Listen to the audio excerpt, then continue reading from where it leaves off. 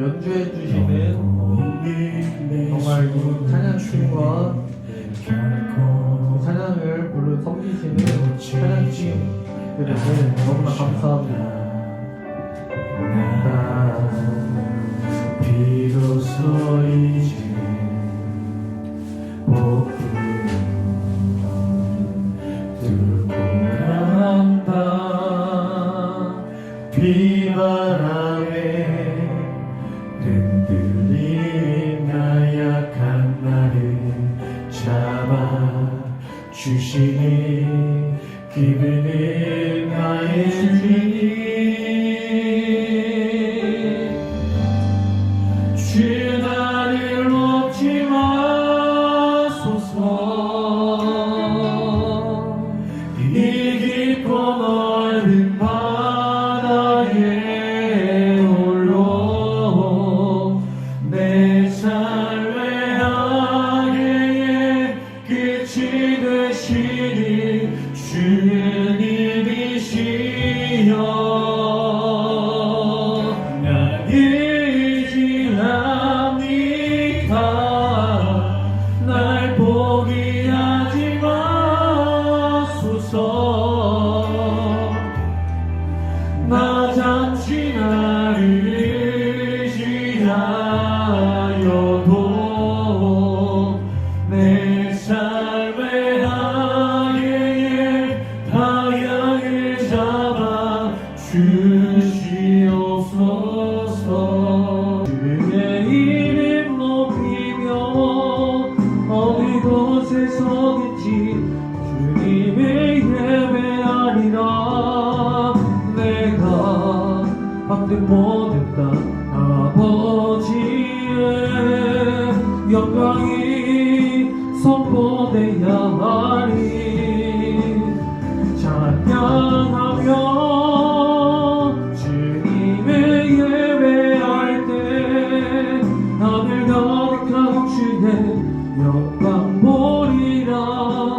나를 통하여 나의 입술을 인하여 주의 이름 높이며 하리소서. 14년째 목회를 잘 해보려는 의욕으로 가득 찬 갑진년 한 해를 맞이했습니다. 이거는 다 하나님의 은혜요. 내가 이 가는 길을 잘 가는 것도 사도 바울이 말씀하신 것처럼 모든 것이 하나님의 은혜였다고 저도 말씀드리고 싶습니다. 요즘 어디를 가도 은혜라는 복음성이 정말 안 믿는 사람도 그러더라고요. 은혜였어, 은혜였어. 우리는 항상 어디를 가든지 하나님이 해주셨습니다. 하나님이 해주실 겁니다. 왜? 사람의 일생 중에 가장 중요한 때는 언젠가? 두 번째, 사람의 생애 중에서 제일 중요한 사람은 누군가? 세 번째, 사람의 생애 중에서 제일 중요한 일은 무엇인가? 이 세 가지를 잘 대답하는 것이 가장 중요한 때는 지금이고, 가장 중요한 사람은 지금 만나는 사람이고, 가장 중요한 일은 지금 하고 있는 일이라는 겁니다. 여러분 잘 아셨죠? 사람은 시간 속에 살아갑니다. 사람의 일생은 시간으로 이루어집니다. 하루, 한 달, 1년, 10년. 시간이 모여서 일생을 만들어가는 겁니다. 시간 속에는 지나간 사건과 다가올 사건 시간도 있습니다. 이러한 시간들 중에는 어느 시간이 가장 중요할까요? 어떠한 사람은 지나간 과거의 추억을 먹고 산다고 합니다. 그 지나간 시간은 추억뿐이지 중요하지 않습니다. 어떤 사람은 과거만 얘기하는 사람이 있어요. 어르신들이 말을 많이 하지요. 나는 왕년에 땅땅거리고 살았다. 아닙니다. 요즘 꿈과 비전을 키우고 사는 그 비전이 얼마나 중요하고 어렵고 힘든 일인지 알 수가 없습니다. 우리들의 일생 중에 가장 중요한 시간은 서두에서 말씀드렸잖아요. 지금이며 오늘인 것입니다. 지금 여러분이 하고 있는 일이 무엇입니까? 두 번째, 만나고 있는 사람이 누굽니까? 세 번째, 여러분은 지금 현재 무슨 일을 하고 있습니까? 하루 24시간을 소중히 여길 줄 아는 사람, 지금 내가 살고 있는 이 하루를 여러분의 일생의 생애 축소판이랍니다. 지금 여러분이 뭐하고 있습니까? 성실히 산 사람은 당연히 한 달, 1년, 일생을 잘 보낼 수가 있습니다. 하루하루를 소홀히 보내지 못한 사람은 매일 원망, 불평, 후회하면서 삽니다. 2024년도 새해가 시작되었습니다. 내게 주어진 올 한 해 어떻게 보낼 것인가? 하루 24시간을 최선을 다하며 사시기 바랍니다. 아침에 일어나서 할 일 없이 하루를 어떻게 보내야 할까? 계획과 목표를 잘 짜서 정말 바쁘게 허둥 생활을 보내지 말고 긍정적인 생각, 좋은 생각, 꿈과 비전을 가지고 생활을 하게 되면 금년에 여러분이 계획했던 모든 사업과 목표가 2024년도 송구영신 예배 드릴 때는 하나님의 놀라운 축복과 삶이 정말 무진할 것입니다. 금년에 우리 비전교회 표어는 주와 함께하는 교회. 여러분, 저는 어떻게 하면 우리 교회가 어느 해보다 이 자리가 꽉꽉 차게 될까? 여러분, 오른팔을 주십시오. 여기를 보십시오. 올해 전도 목표는 100명 이상입니다. 따라다니십시오. 한 명 이상 오면 한 명도 못 만납니다. 평생. 우리 손영부 목사님이 올해 전도 목표는 100명 이상. 목사가 왜 있습니까? 사모님이 왜 계십니까? 성가대장이 왜 있습니까? 영혼 구원입니다. 마찬가지로 유능한 전도인이 되려면 영혼 구원을 해야 됩니다. 성경 66권을 통달하는 사람에게 당신은 왜 삽니까? 우리 예수님의 지상명령, 온 사마리아와 땅 끝까지 복음을 전하는 일, 성경은 능히 너로 하여금 그리스도 예수 안에 있는 믿음으로 말미암아 구원에 이르는 지혜가 있게 하느니라. 여러분, 구원을 받게끔 올해 100명 이상 전도하시기 바랍니다. 성경을 잘 알고 바르게 이해하여야만 믿음이 생장합니다. 사도행전 17장 11절 말씀을 보면 베레아 사람들은 데살로니에 있는 사람보다 신사적이어서 간절한 마음으로 하나님 말씀을 받고 이것이 그런가 하여 날마다 상고함으로 예수 믿는 사람들이 많았습니다. 성경 연구가 있는 곳에 교회 성장이 있습니다. 모여서 335 모여서 방마다 헌담하고 원망하고 불평하고 여러분 우리는 우리 예수님이 말씀하셨잖아요. 온 사마리아와 땅끝까지 가서 믿지 않은 영혼들에게 복음을 전하라고 제사장님들과 레위인들이 모인 유다와 이스라엘 무리와 예루살렘 사람들과 함께 지킨 것처럼 유월절을 지키지 못해서 여러분 유월절이 뭔지 아세요? 집안에 있는 기둥에다가 붉은 피를 거기에다가 붙인 집은 그대로 건너갔어요. 여러분 요시야 왕이 주님 전에 오시기 전에 18년 전에 성전을 수리하다가 잃어버린 율법책을 발견하고 그 책을 왕 앞에서 있는 데서 피를 띄운 것이 오늘의 성전입니다. 여러분 성전이 그 언약궤가 있는 성경의 소중함을 잘 아는 그때 유대나라 백성들 여러분 하나님의 말씀이 여러분에게 꿀송이처럼 들립니까?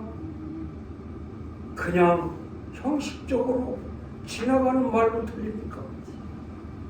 느헤미야 8장 1절 이하의 말씀을 보면 이스라엘 백성들이 바벨론 포로에서 이스라엘 민족이 일제히 수문 앞 광장에 모였을 때 그 나라의 이름 서러움을 에스라를 통하여 율법책을 낭독하게 하고 설교를 하는 것처럼 해석을 하자. 이스라엘 민족들은 과거 참된 그 예배를 드리지 못하는 그 현재 상황을 금식하며 통이 자복하는 심령부흥이 일어났던 것입니다. 우리나라도 마찬가지입니다. 1907년 저 평양 도성의 대평양 부흥운동이 1907년에 일어나는 것처럼 길선주 목사님 또한 이기풍 또한 여러분이 잘 아는 깡패 김익두 목사님 이런 사람들이 두세 사람이 모여서 가정에서 예배를 드린 것처럼 오늘의 본문 말씀대로 사람이 떡으로만 사는 존재가 아닙니다. 하나님의 입에 나오는 생명의 떡, 생명의 양식을 먹어야 우리가 건강한 사람이 될 수 있는 것입니다. 사람이 코를 틀어막고도 잠시 살 수 없습니다. 여러분 코를 한번 틀어막아 보세요. 3분 이상 막고 사는 사람은 제가 맛있는 거 사줄 겁니다. 한번 막아보세요. 3분 이상 막아서 사는 사람은 영혼의 기도의 호흡이 없이는 살 수가 없는 것처럼 신문을 보니까 서울이 멕시코보다 세계 2의 스모그 형상이 제일 많은 나라랍니다. 여러분 서울 사람들은요 코가 먼지가 들어가가지고 코를 풀게 되면 검정코가 나온답니다. 신앙생활도 마찬가지입니다. 믿지 않는 사람에게 가서 복음을 전해야 되는데 물이 들어서 여러분 호흡이 무엇입니까?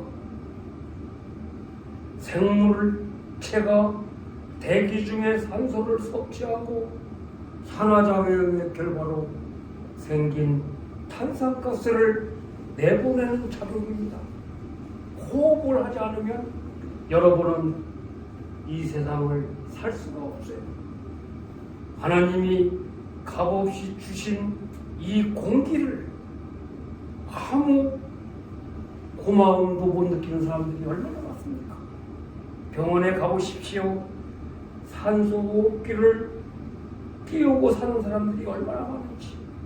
마가복음 1장 35절 말씀을 보면 새벽 오히려 미명에 예수께서 나가 한적한 곳으로 가사 거기서 기도하시더니, 여러분, 하나님의 아들이면서도 하나님 아버지 말씀을 불순종하고 기도하지 않으면 여러분, 예수님께서 겟세마네 동산에 왜 올라가겠습니까? 밤이 맞도록 기도하시고 제자들을 부르사 그 12를 택하사 사도라 칭했습니다. 오늘 본문 말씀 누가복음 22장 42절 말씀, 가라사대 아버지여, 만일 아버지의 뜻이거든 이 잔을 내게서 옮기시옵소서. 내 원대로 마옵시고 아버지의 원대로 되기를 원하나이다. 여러분, 이 세상에 살면서 무슨 일을 하든지 힘쓰고 애써 하시기 바랍니다. 그냥 얼렁뚱땅 남 눈 피해가면서 우리 예수님께서는 하나님 아버지의 뜻을 완벽하게 뜻을 이루어 생명 거는 사람은 핏방울과 같은 땀을 흘리면서 일하는 사람은 하나님의 아들이라고 했습니다.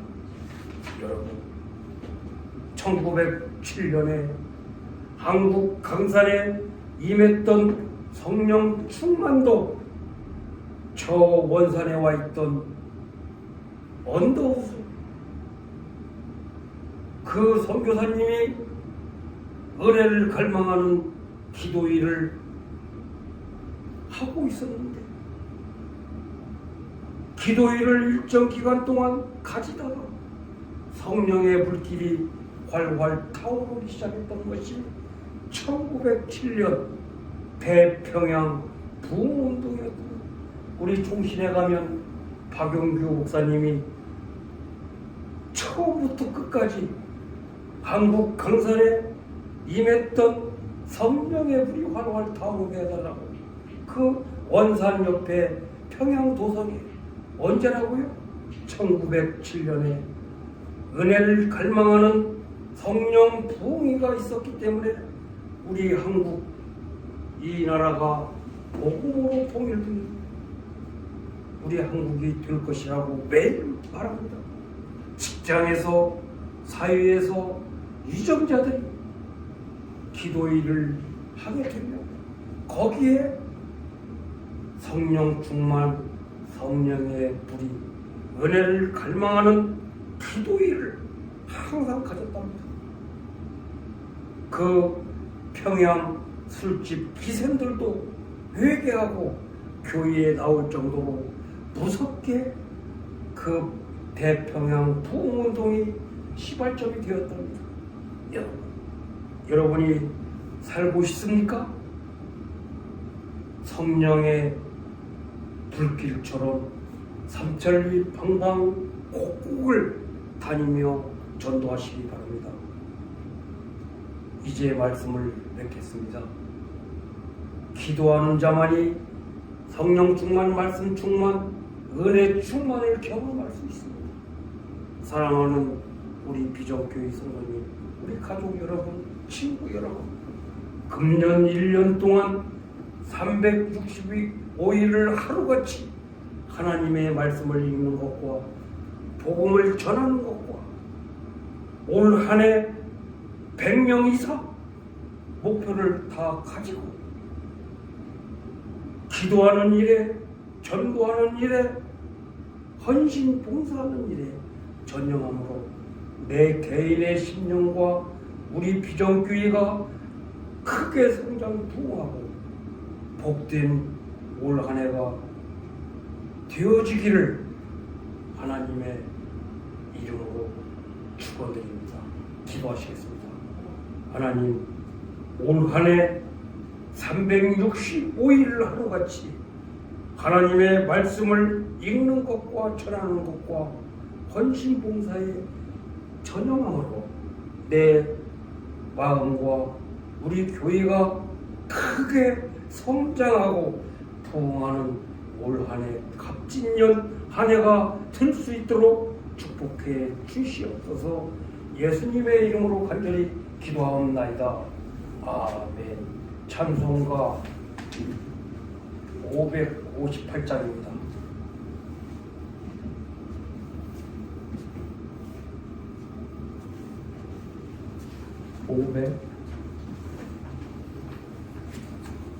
(550)